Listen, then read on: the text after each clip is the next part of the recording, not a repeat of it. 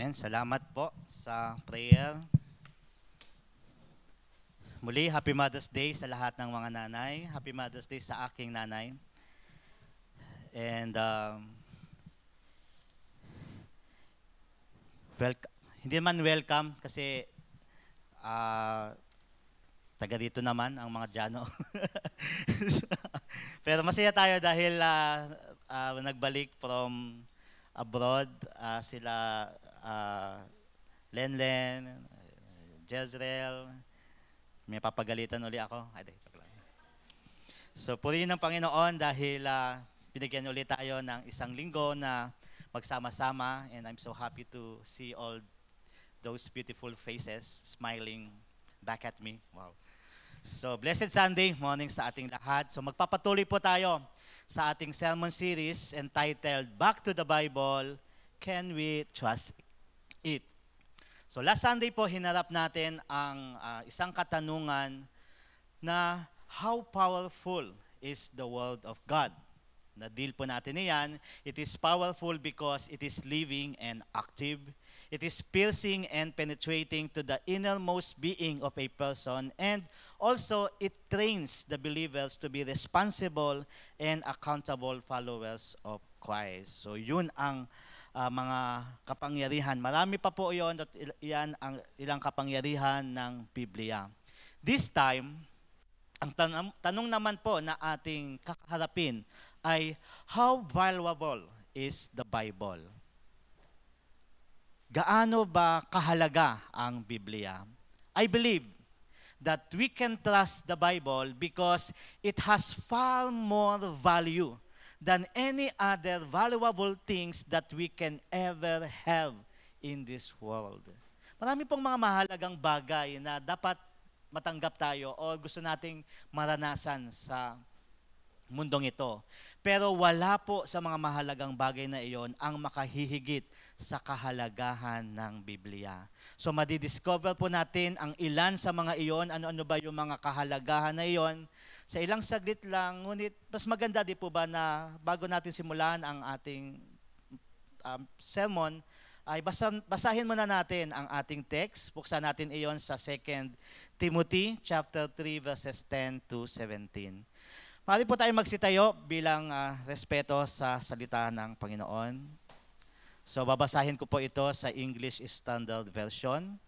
Sabi po dito, you, however, have followed my teaching, my conduct, my aim in life, my faith, my patience, my love, my steadfastness, my persecutions and sufferings that happened to me at Antioch, at Iconium, and at Lystra, which persecutions I endured, yet from them all the Lord rescued me. Indeed, all who desire to live a godly life in Christ Jesus will be persecuted, while evil people and impostors will go on from bad to worse, deceiving and being deceived. But as for you, continue in what you have learned and have firmly believed, knowing from who you learned it, and how from childhood you have been acquainted with the sacred writings, which are able to make you wise for salvation through faith in Christ Jesus. All Scripture is breathed out by God and profitable for teaching, for reproof, for correction, and for training in righteousness, that the man of God may be complete, equipped for every good work. Manalangin tayo. Lord God, we believe that the Bible that we have is true. We can trust it. And this time, Lord God, help us to strengthen that faith about trustworthiness of the Bible through this message about the value of the Bible. So we entrust to you this message, Lord God. Give us open hearts, willing to listen to your word as the Holy Spirit convicts us, teach us, and guide us. This is what we pray in Jesus' name. Amen. So please be seated. Again, gaano ba kahalaga ang Biblia? Ngayong umagang ito, may tatlo tayong madidiscover na kahalagahan ng Biblia. Una, it is valuable because it causes a believer or the believers of Christ to persevere in life. It causes the believers to persevere in life. That is why it's valuable. So, can you think of something that can make you persevere in life? What makes a person persevere? Makakapag-isip po ba tayo ng mga bagay? Ano yung mga bagay na kailangan natin sa buhay upang hindi tayo bumagsak at sumuko sa tindi ng hirap? Ano po yung maiisip nyo na yon? How about money? Can money make you persevere in life? Probably. Dahil how can you provide for your essential needs such as education, health, shelter, etc., if you do not have money? So yes, maybe money can help you persevere in life as long as you have it. Di po ba? As long as you have money in your wallet or in the bank, you are good. However, kung wala nang pera or any source of income, ang iba ay nalulugmok na at nawawalan na ng pag-asa o direksyon sa buhay. Kaya, no. Money is not sufficient to make a person persevere in life. Ekes. How about your loved ones? Can your loved ones make you endure hardships in life? Perhaps, kasi sila nga ang encouragement at motivation natin kaya tayo nagsusumikap sa buhay, hindi po ba? We are motivated, we are encouraged when we see that gumaganda ang buhay ng ating pamilya at napoprovide natin yung mga pangangailangan nila at sila ay nagiging masaya. So yes, perhaps loved ones can help us endure hardship in life only if their presence is always with you. Tama ba?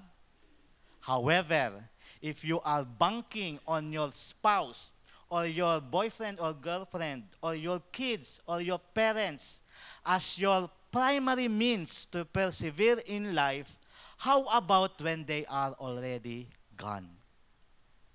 Paano ka makapagpapatuloy sa buhay? Kinakatakot natin yan. Na may malinaw na purpose o direction if the source of your strength is no more. How can I live without you? Ang nagiging motto na sa buhay, hindi po ba? So no, loved ones is insufficient to make a person persevere. Ekes again. So, we can think many things about mga mahalagang bagay sa mundong ito. However, ganun pa rin, makikita natin that the Bible is much more valuable than anything you can ever think of as valuable because its perseverance producing capability never ends. Do you believe it? Its perseverance producing capability never ends. Lilipas ang lahat ng bagay, ngunit ang salita ng Diyos ay mananatili. Tingnan po natin ang sinasabi sa verses 10 to 15 ng ating text about that value of the Bible para sa endurance of faith. So after pong basahin itong verses 10 to 15, magfo-focus po tayo muna sa 10 to 11. So sabi po dito, you, however, have followed my teaching, my conduct, my aim in life, my faith, my patience, my love, my steadfastness, my persecutions and sufferings that happened to me at Antioch, at Iconium, and at Lystra, which persecution I endured, yet from them all the Lord rescued me. So you may continue reading it while listening sa message natin. Let me give you a brief background nitong book natin na ito, letter ni Paul kay Timothy. So ang 2 Timothy po ay isinulat ni Pablo during his imprisonment sa Rome. So nakakulong si Pablo sa Rome, nagsulat siya doon. Sa panahon po na ito, nalalapit na ang pagbitay kay Paul. Kaya bago pa mangyari iyon, sumulat si Pablo sa kanyang minamahal na alagad na si Timothy to exhort him to continue the fight of faith and persevere despite persecutions and suffering kahit wala na siya. So pinatatatag ni Paul at inire-ready si Timothy sa letter na ito. Kaya po, mapapansin natin sa verses 10 to 11 na binasa natin, ang paulit-ulit na pagbanggit ni Paul, di ba, ng salitang my teaching, my conduct, my aim in life, and etc. Ipinapakita po rito ang pagbibigay ni Paul ng emphasis sa kanyang testimony at mga pinagdaanan bilang model. Gustong sabihin ni Paul dito, let me be your model sa faithful living and endurance in the ministry. Sinabi iyon ni Paul with confidence dahil alam niya sa sarili na ang pundasyon ng kanyang pananampalataya ay ang salita ng Diyos. You can say that follow me as I follow Christ, because if you know that your foundation is the Word of God. Sa katunayan nga, kung mapapansin po natin sa verse 11, sa sumunod na talata, may mga city po na nabanggit dito si Paul, like Antioch, Iconium, and Lystra. Ito pong mga city na ito ay mga syudad na pinuntahan ni Pablo sa kanyang unang missionary journey to spread the gospel and let the people know kung sino ang Panginoong Jesus. At marami pong challenges and difficulties na naranasan si Pablo sa journey na iyon, at marami roon ay malamang narinig o nakita mismo ni Timothy. Kasi hindi man halos magkakalapit lang naman ang mga city na ito. Isang halimbawa po, kung nabasa natin ang Book of Acts, maalala po natin yung Lystra. Kasi dito po sa Lystra, naranasan ni Pablo ang mabugbog at halos patay na ng iwanan. Ngunit, ayon kay Pablo pa rin dyan sa verse 11, isa iyon sa mga persecution at suffering na kanyang na-endure dahil iniligtas siya ng Diyos. And take note po natin, si Timothy ay isang taga-Lystra. So probably nakita niya yon kung paano binugbog si Pablo ng mga taga-Lystra. So dito po, Paul wanted to remind Timothy how he had endured all those persecutions and suffering, and how he remained faithful sa matuwid na pamumuhay to encourage his disciple na mag-persevere din sa kanyang faith and ministry. Kapatid, kung ikaw po ay mabibigyan ng pagkakataon na matutukan at ma-disciple ng isang mature na sa pananampalataya, how would you want to be discipled para maging matatag ka rin at di natitinag sa pananampalataya? Paano mo nais na maturuan sa tamang pamumuhay, pagkilos, pananalita, pananampalataya, tamang layunin sa buhay at marami pang iba? Paano mo gustong ma-disciple at maturuan? Hindi ba ang nanaisin mo na magtuturo sa iyo ng tamang pamumuhay bilang Kristiyano, a kind of life that perseveres until the end, ay isa ring Kristiyano na may matibay at malalim na pundasyon sa salita ng Diyos? Pagkakatiwala mo ba ang iyong kaligtasan, paniniwala at pag-unlad ng pananampalataya sa isang taong hindi man lang halos nagbabasa o nag-aaral ng Biblia, na bi-build up ka ng someone who has not known deeply ang Word of God? What kind of principles ang maibibigay niya sa iyo? Diba? Doon ka na sa masigasig at nagsusumikap, mapatatag pa ng salita ng Diyos. Dahil nakakasigurado ka na hindi ka binobolang o ini-scam o naililigaw ng landas ng taong iyon. Take note, there are many preachers who sincerely preaching but they are sincerely wrong. Diba? Alam po natin yan. So, we have to always remember, mga kapatid, na sa pagiging matapat na Kristiyano, hindi po talaga maiiwasan ang pangungutya, panlalait, at pagpapahirap ng ibang tao. Sabi nga po ni Pablo sa sumunod na talata sa verses 12 to 13, all who desire to live a godly life in Christ Jesus will be persecuted. This is something talagang may expect. While evil people and impostors will go on from bad to worse, deceiving and being deceived. So this statement, mga kapatid, could be distressful, nakakabahala sa isang tao kung walang matibay na proteksyon ang isang Kristiyano dahil hindi lang makakaranas ng pang-uusig ang mga mananampalataya, kundi may mga impostor din na papasama ng papasama na susubok manlinlang sa kanila. They thought they are sincerely guiding or discipling people, pero sila pala deceived din. Kaya ano sabi sa ng Panginoong Jesus? Hayaan nyo sila ay mga bulag na taga-akay at kapag ang bulag ay umakay sa kapwa bulag, pareho din silang mahuhulog sa hukay. Therefore, mga kapatid, we need to be strengthened by the Word of God in a definite, accurate, correct, and proper way. Hindi lang basta-basta ma-disciple. Biblically, ang foundation talaga ay ang salita ng Panginoon. I-recall mo ito, mga kapatid. Hindi ba sa iyong pag-aim na makapamuhay ng matuwid bilang faithfulness mo sa Panginoong Jesus, I am sure, in one way or another, ay nakaranas ka na laitin, pagtawanan, layuan, o usigin sa iyong pananampalataya. Di ba? Naranasan mo iyon gaya ng sinasabi ng salita ng Diyos. Ngunit, ganun pa man, sinasabi rin ng Biblia na ang salita ng Diyos ang siya ring matibay nating pundasyon para makapagpatuloy sa pananampalataya at hindi magpatianod na lang sa takbo ng sanlibutan dahil sa pressure. Talagang napakarami po ng pressure sa mundong ito na minsan napipilitan na lang din tayo na magpatianod. Pero the Word of God encourages us to make stand sa ating pananampalataya. Endure it.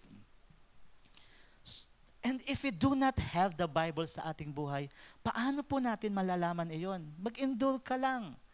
Ano ang magiging motibasyon natin na makapagpatuloy sa buhay na may magandang pananaw at puno ng pag-asa kung walang Biblia na nagpapalakas ng ating loob? Ang payo pa nga po ni Pablo kay Timothy sa sumunod na talata, verses 14 and 15. But as for you, ikaw, Timothy, maraming mga, verses 1 to 9 ng chapter na ito ay about false teachers. Pero kay Timothy, sabi ni Paul, ikaw, Timothy, but as for you, continue in what you have learned and have firmly believed, knowing from whom you learned it, and how from childhood you have been acquainted with the sacred writings, which are able to make you wise for salvation through faith in Christ Jesus. Mga kapatid, matutukoy po sa salita ng Diyos na ito that we need to be acquainted sa Biblia na salita ng Diyos so that we can continue in what we have learned and firmly believe. Ano po ang mga natutunan na natin? Let's continue doon sa mga natutunan natin at hindi po tayo umatras, umurong o ma-stagnant so that we can endure and persevere. Mahalaga po na makapagpatuloy tayo at makapag-aral ng mas malalim pa sa salita ng Diyos dahil the Bible is the only means that can lead us. Sabi rin dito ni Pablo, the Bible is the only means that can lead us to the knowledge of the truth that can make us wise for salvation through faith in Christ. Hindi nyo na po matatagpuan kahit saan paman o kanino paman yan. Kung marinig mo man yan sa isang tao, narinig mo iyon dahil nalaman niya yon, natutunan niya iyon sa Biblia. Question, paano nga ba talaga naliligtas ang isang tao? Nais po ba nating malaman? Go to the Bible and read it for you to not just know it, but to experience it as well. And most importantly, may magsasabi sa iyo, yes, ligtas ka na. Pero hindi po ba mas maganda rin na tayo sarili natin ay mapaniwala, ligtas na nga ako. Hindi lang dahil sa kanya sinasabi niya, paano kung nagkakamali siya? Paano kung mali ang kanyang assessment? Mabuti tayo mismo ang makasiguro, makaalam at makaranas niyon. The Bible can lead you to that. Let us always remember ang sinabi ng Panginoong Jesus sa Matthew 24:13, ang mananatiling tapat hanggang wakas ang siyang maliligtas. So endure and persevere. At ganun din sa napag-aralan natin last Sunday sa book of Hebrews, na the genuine believers are those who recall the former days when, after they were enlightened, they endured a hard struggle with sufferings. All about endurance, all about perseverance. They were enlightened by the Word of God, kaya nakapag-endure at nakapag-persevere. Kaya mga kapatid, ang salita ng Diyos ay napakahalaga. It is so valuable sapagkat iyon ay mistulang bukal ng tubig na kapag iyon nang nainom, nalasahan, at ikaw ay naliwanagan na, makapagbibigay iyon sa iyo ng buhay at lakas. Lagi mo yung hahanap-hanapin upang hindi ka magpatalo at madaig pa ng anumang tukso at hirap sa buhay. So the value of the Bible is it can make you persevere in faith until the end. Read it and listen to it. Pangalawa po, ang pangalawang value ng Bible na makikita natin sa ating text ay it yields great profit for the faithful ones. Take note of this. The Bible yields great profit for you, Christians. Subukan niyo po ito mga kapatid. Mapapansin niyo to. Kapag ang isang mananampalataya ni Kristo ay mag-commit ng kanyang oras at panahon upang pagsumikapang buklatin, basahin, pag-aralan at pagmuni-munihan ng Biblia, sigurado yon. Magbubunga iyon sa kanya ng magagandang bagay, mabubuting bagay. Let me guide you to it. Sino po sa atin dito ang nakabasa na sa buong Biblia? Nabasa na niya ang Biblia from Genesis to Revelation, or from Matthew to Revelation, then from Genesis to Malakay. Sino po sa atin dito? Praise the Lord. Congratulations po sa inyo mga kapatid. Now, ang tanong, paano nyo nagawa yon? I mean, ano ang ginawa nyo para mabasa ng buo ang Biblia at hindi kayo tumigil sa kalagitnaan? Teenager pa lang ako, sinubukan ko na yan, pero palaging ganun na i-stop ako in the middle. No? Until punta na ako sa Bible school, wala kang magawa, you have to read it kasi requirement. Basahin mo talaga. Gumamit ba kayo ng Bible reading plan para mabasa ang buong Biblia? O nagkaroon ba kayo ng checklist ng mga Bible chapters na babasahin every day para in a year ay mababasa ng buo ang Biblia? Alam niyo po, although recommended na gumamit tayo ng Bible reading plan, gumamit ang isang Kristiyano na mag-guide sa kanya para mabasa ng buo ang Biblia because it's really beneficial.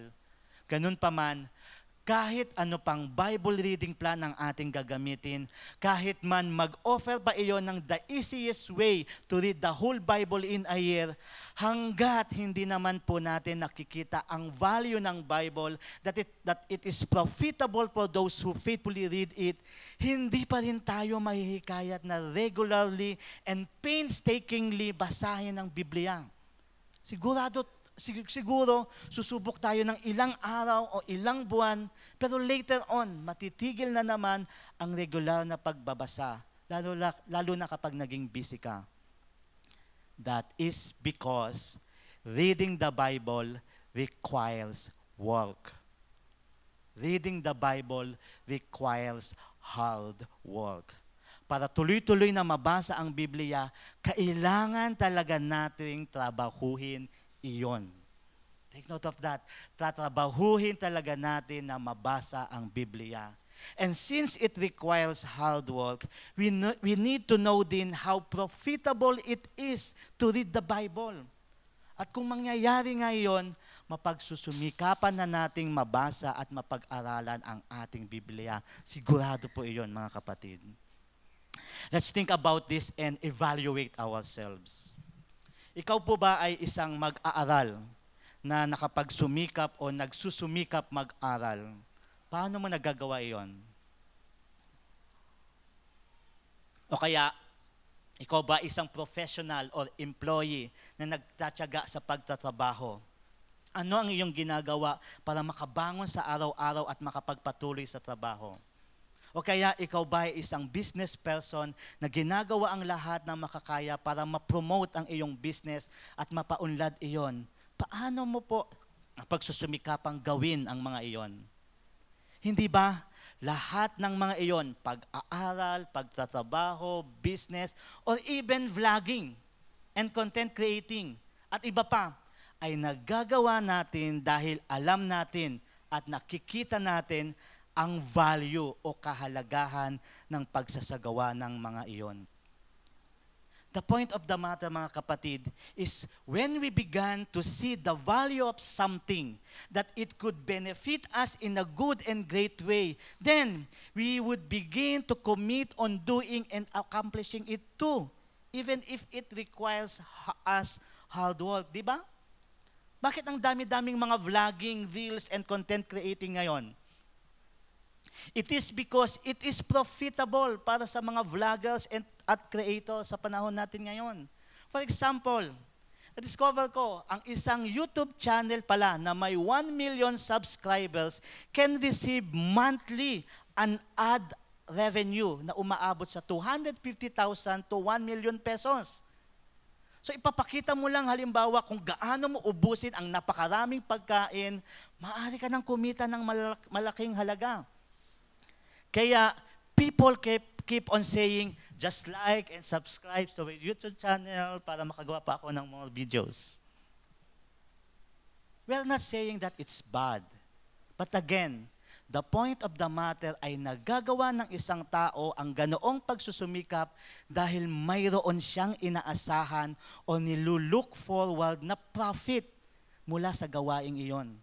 So if those promising profits can help people be motivated to keep on doing what they are doing kahit mahirap na, hindi ba mga kapatid, mabuti lang na malaman din natin how profitable din ang Biblia para sa lahat ng mga nagsusumikap, basahin iyon. Mayroong magagandang biyaya, higit sa ano paman na matatanggap ka sa pagbabasa ng Biblia. Ang sabi po ni Pablo sa verse 16 ng ating text, Timothy, continue to what you have learned from the Scriptures because all Scripture is breathed out by God and profitable for teaching, for reproof, for correction, and for training in righteousness. Mga kapatid, let this verse be our motivation on committing to reading and studying our Bible. May ilang mahalagang encouragement po na maaari tayong mabanggit mula sa text na ito. Una, be motivated that the Bible is breathed out by God. Sabi pa ng ibang version, inspired by God. Ibig sabihin, the writings themselves na nakasulat dito are the words spoken by God. Galing mismo iyon sa Panginoong Diyos na may lalang sa lahat ng bagay.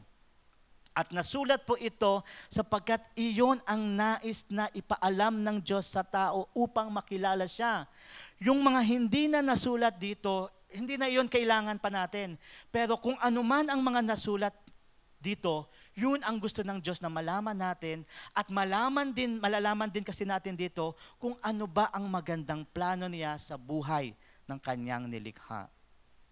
Kung isipin mga kapatid, there are people who are clueless of their purpose in life because they do not know the Word of God. Sila na lang ang nag-iisip at gumagawa ng layunin nila sa buhay. Pero in the end, feeling of emptiness at dissatisfaction pa rin ang nangyayari. Because wala ang word of God sa kanila.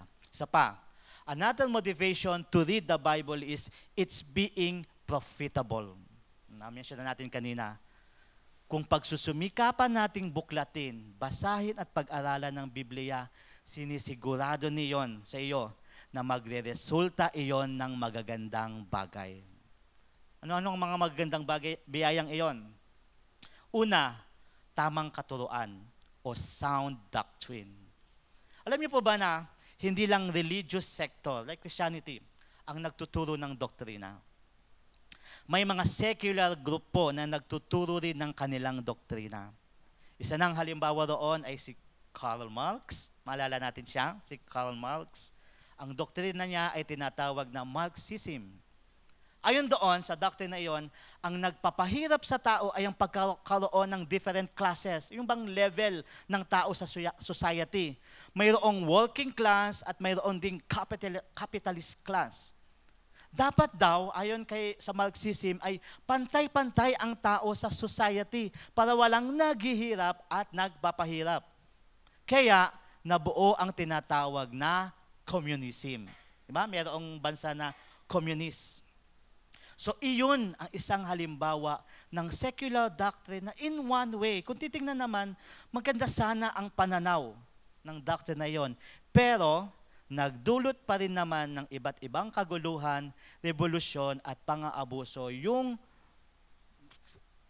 stand na iyon ni Karl Marx. In Christianity, mga kapatid, mayroon din tayong mga doktrina. Ibig sabihin po ng doctrine ay a belief or set of beliefs held and taught by a church, a group. No. So sa context natin, group of Christians and believers. Ang doctrine natin ay yung belief natin o set of beliefs na pinangahawakan natin at itinuturo din. And I believe, unlike those secular doctrines, ang lahat po ng itinuturo ng Biblia ay sound doctrines that are profitable hindi lang para sa ating kaluluwa, kundi sa sangkatauhan. Halimbawa, sa pamamagitan ng Biblia, natutuklasan ng tao ang solusyon sa problema, sa kasalanan at maging ang daan sa kaligtasan. Hindi lang iyon, ang Biblia rin ang nagtuturo ng doktrina na it is better to forgive than to take revenge. Merong naniniwala na kailangan ko talagang maghiganti. Pero ang sinasabi ng Biblia, better to forgive kaysa maghiganti ka. At maging yung doktrina rin na there is a reward for faithful endurance in life. So you can be motivated. O kaya ng katuruan na to live is Christ and to die is gain. Sino ang magtuturo na when you die, there is gain there? The Bible teaches it. So thank God for the Bible. Dahil doon, hindi na tayo aasa sa ibang tao to teach us doctrines like Karl Marx na imperfect and unreliable naman. Pangalawang biyaya ng Biblia, constructive correction and rebuke. Imagine this. What kind of life would we have kaya kung walang nagko-correct o nagre-rebuke sa atin? Ma-imagine po natin yon. Sa palagay mo ba, ma-enjoy mo talaga ang isang buhay na walang nangingialam o nagpapaalala sa iyo? Magkakaroon ba talaga tayo ng magandang buhay sa hinaharap kung halimbawa ay walang magsasabi sa atin, oy, huwag ka namang magpupuyat. O kaya, diet din paminsan-minsan. Magiging okay ba talaga tayo kung walang mga makukulit na nagsasabi ng ganoon? Sa umpisa siguro, annoying ang mga pagpapaalala na gaya niyon. Pero kapag nagsimula ka ng ubuhin at sipunin, dahil bumababa na ang iyong resistensya sa pagpupuyat, o kapag tumataas na ang iyong blood sugar o BP at lumalaki na ang iyong tiyan dahil sa kakakain, pasasabi mo na siguro sa iyong sarili, ay tama nga pala si mama o si papa, o si wifey o si hubby sa correction at rebuke niya sa akin. Maganda pa rin, di ba, mga kapatid, na mayroong someone who cares to correct and rebuke you kaysa sa wala. But how about the kind of correction and rebuke that the Bible gives? Are we willing to listen to them or try not to accept it at mapakinggan?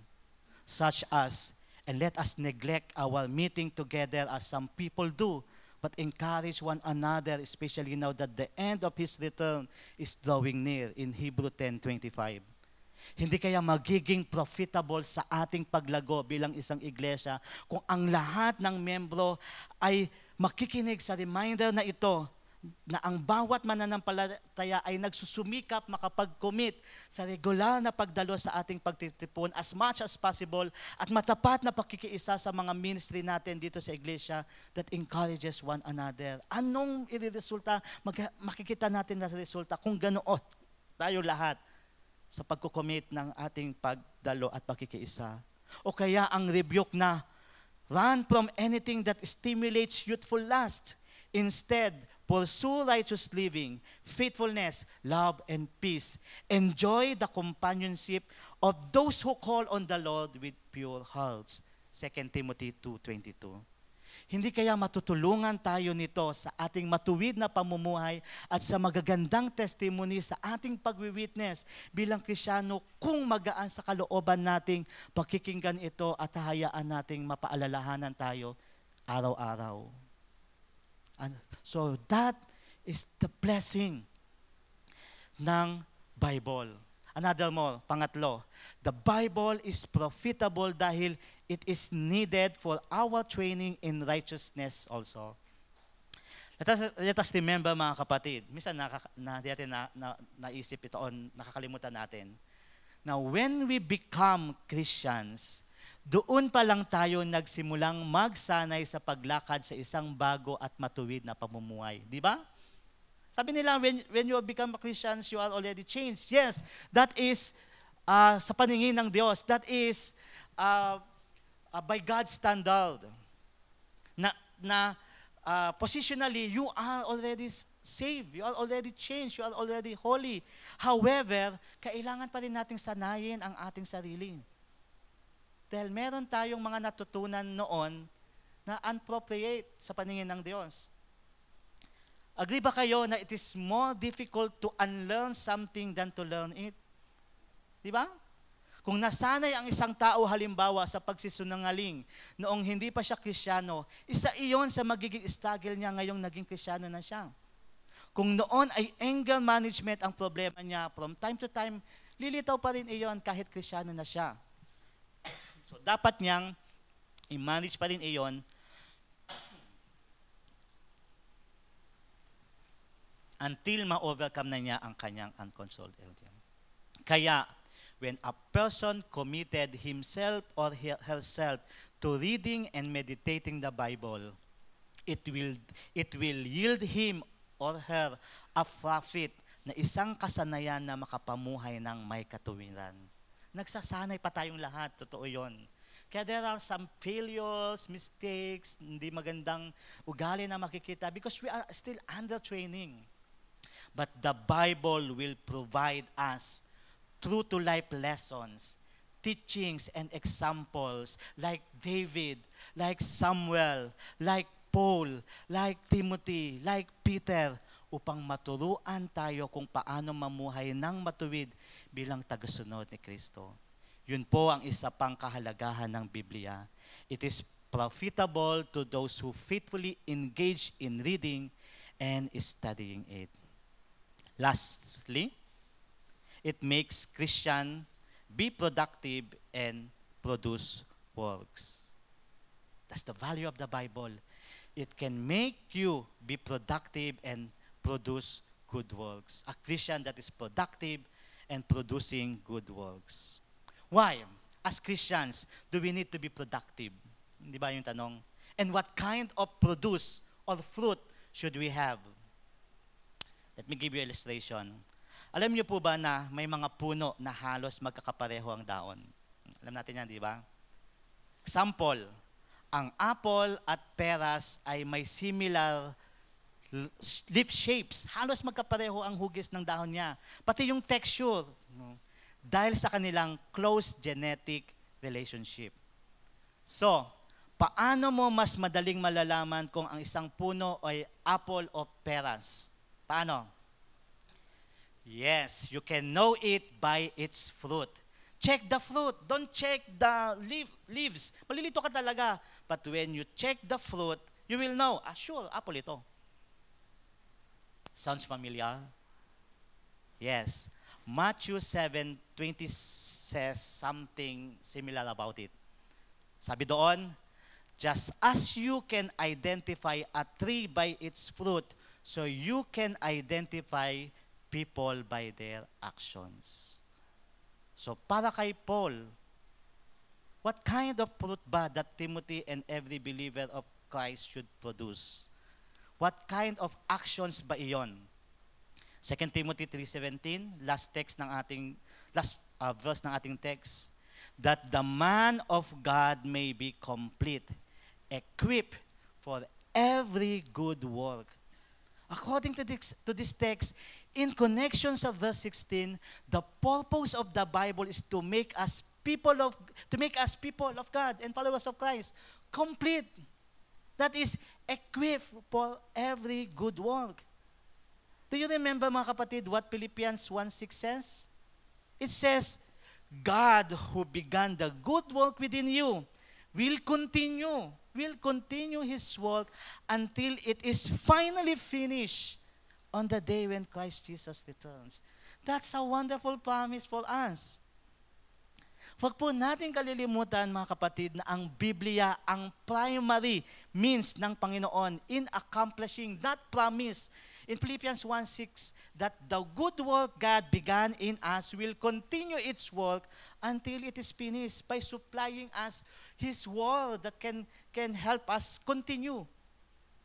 The word of God is what Christians needed to continue until the work is done.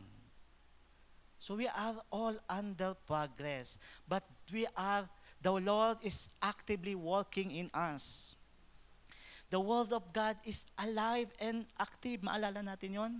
It never stops until it accomplishes what it meant to be accomplished. One of those is, as Christians, you shall produce good works. You will produce good works. Sinigurado iyan ng salita ng Diyos. Kilala niyo ba po si Joy Tanchi Mendoza? Kilala natin siya, si Joy Tanchi Mendoza. Counselor, teacher, nagsulat din siya ng libro. She was raped and sexually abused by 7 men at age 15. Nangyari ang panloloob sa kanilang bahay when her father, Peter Tanchi, and her mother, Diona, ay wala roon dahil nagpunta sa isang Bible study.